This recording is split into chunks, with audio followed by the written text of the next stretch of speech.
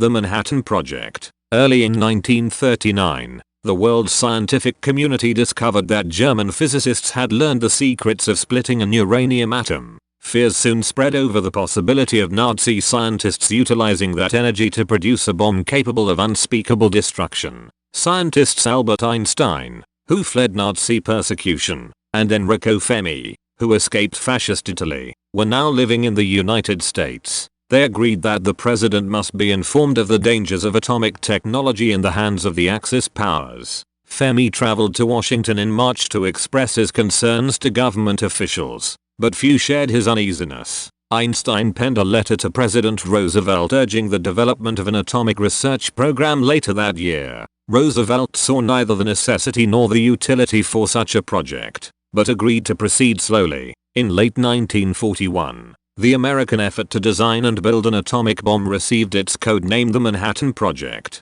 At first the research was based at only a few universities. A breakthrough occurred in December 1942 when Fermi led a group of physicists to produce the first controlled nuclear chain reaction under the grandstands of Stagfield at the University of Chicago. After this milestone, funds were allocated more freely, and the project advanced at breakneck speed. Nuclear facilities were built at Oak Ridge, Tennessee and Hanford, Washington. The main assembly plant was built at Los Alamos, New Mexico. Robert Oppenheimer was put in charge of putting the pieces together at Los Alamos. After the final bill was tallied, nearly $2 billion had been spent on research and development of the atomic bomb. The Manhattan Project employed over 120,000 Americans. Secrecy was paramount. Neither the Germans nor the Japanese could learn of the project. Roosevelt and Churchill also agreed that Stalin would be kept in the dark. Consequently, there was no public awareness or debate.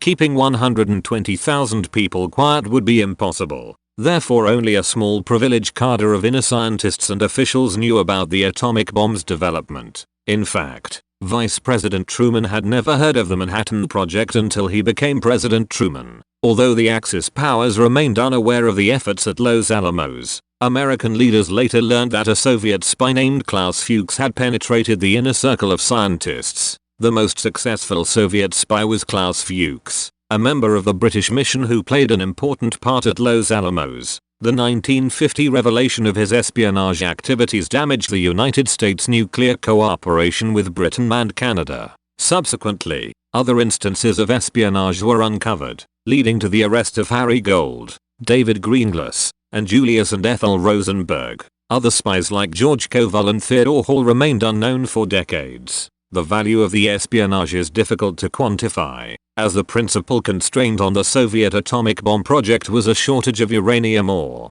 The consensus is that espionage saved the Soviets 1 or 2 years of effort. Voluntary censorship of atomic information began before the Manhattan Project. After the start of the European War in 1939, American scientists began avoiding publishing military-related research, and in 1940 scientific journals began asking the National Academy of Sciences to clear articles. William L. Lawrence of the New York Times, who wrote an article on atomic fission in the Saturday Evening Post of the 7th of September 1940, later learned that government officials asked librarians nationwide in 1943 to withdraw the issue. The Soviets noticed the silence, however. In April 1942, nuclear physicist Georgy Flyorov wrote to Joseph Stalin on the absence of articles on nuclear fission in American journals. This resulted in the Soviet Union establishing its own atomic bomb project. The Manhattan Project operated under tight security lest its discovery induce Axis powers,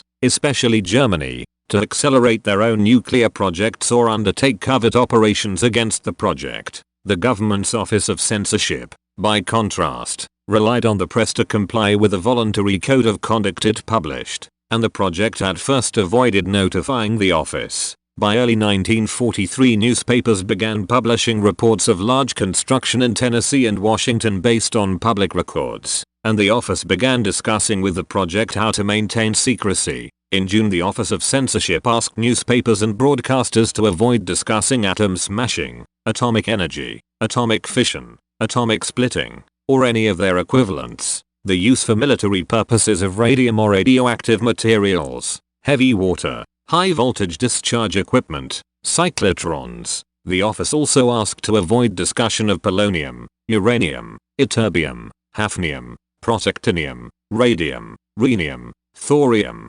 deuterium. Only uranium was sensitive, but was listed with other elements to hide its importance. The prospect of sabotage was always present, and sometimes suspected when there were equipment failures. While there were some problems believed to be the result of careless or disgruntled employees, there were no confirmed instances of Axis-instigated sabotage. However, on the 10th of March 1945, a Japanese fire balloon struck a power line, and the resulting power surge caused the 3 reactors at Hanford to be temporarily shut down. With so many people involved, security was a difficult task. A special counterintelligence corps detachment was formed to handle the project's security issues. By 1943, it was clear that the Soviet Union was attempting to penetrate the project. Lieutenant Colonel Boris T. Pash, the head of the counterintelligence branch of the Western Defense Command, investigated suspected Soviet espionage at the radiation laboratory in Berkeley. Oppenheimer informed Pash that he had been approached by a fellow professor at Berkeley, Håkan Chevalier, about passing information to the Soviet Union. By the summer of 1945, Oppenheimer was ready to test the first bomb. Because of the complexity of an implosion-style weapon, it was decided that, despite the waste of fissile material, an initial test would be required. Groves approved the test, subject to the active material being recovered. Consideration was therefore given to a controlled fizzle, but Oppenheimer opted instead for a full-scale nuclear test, codenamed Trinity. A pre-test explosion was conducted on the 7th of May 1945 to calibrate the instruments. A wooden test platform was erected 800 yards from ground zero and piled with 100 short tons of TNT spiked with nuclear fission products in the form of an irradiated uranium slug from Hanford, which was dissolved and poured into tubing inside the explosive. This explosion was observed by Oppenheimer and Groves' new deputy commander, Brigadier General Thomas Farrell. The pre-test produced data that proved vital for the Trinity test. For the actual test, the weapon, nicknamed the Gadget, was hoisted to the top of a 100-foot steel tower, as detonation at that height would give a better indication of how the weapon would behave when dropped from a bomber. Detonation in the air maximized the energy applied directly to the target, and generated less nuclear fallout. The Gadget was assembled under the supervision of Norris Bradbury at the nearby McDonald Ranch House on the 13th of July, and precariously winched up the tower the following day, on the 16th of July, 1945, at Trinity site near Alamogordo, New Mexico. Scientists of the Manhattan Project readied themselves to watch the detonation of the world's first atomic bomb. The device was affixed to a 100-foot tower and discharged just before dawn. No one was properly prepared for the result. A blinding flash visible for 200 miles lit up the morning sky. A mushroom cloud reached 40,000 feet, blowing out windows of civilian homes up to 100 miles away. When the cloud returned to Earth, it created a half-mile wide crater metamorphosing sand into glass. Observers included Bush, Chadwick, Conant, Farrell, Femi, Groves, Lawrence, Oppenheimer and Tolman. At 5:30 on the 16th of July 1945, the Gadget exploded with an energy equivalent of around 20 kilotons of TNT, leaving a crater of trinitite in the desert 250 feet wide. The shock wave was felt over 100 miles away, and the mushroom cloud reached 7.5 miles in height. It was heard as far away as El Paso, Texas. So Groves issued a cover story about an ammunition magazine explosion at Alamogordo Field. A total of 4 weapons were produced by the end of 1945, making the average cost per bomb around $500 million in 1945 dollars. By comparison, the project's total cost by the end of 1945 was about 90% of the total spent on the production of US small arms and 34% of the total spent on US tanks during the same period. Overall, it was the second most expensive weapons project undertaken by the United States in World War II, behind only the design and production of the Boeing B-29 Superfortress. The political and cultural impacts of the development of nuclear weapons were profound and far-reaching. William Lawrence of the New York Times, the first to use the phrase atomic age, became the official correspondent for the Manhattan Project in spring 1945. In 1943 and 1944 he unsuccessfully attempted to persuade the Office of Censorship to permit writing about the explosive potential of uranium, and government officials felt that he had earned the right to report on the biggest secret of the war. Lawrence witnessed both the Trinity test and the bombing of Nagasaki and wrote the official press releases prepared for them. He went on to write a series of articles extolling the virtues of the new weapon. His reporting before and after the bombings helped to spur public awareness of the potential of nuclear technology and motivated its development in the United States and the Soviet Union.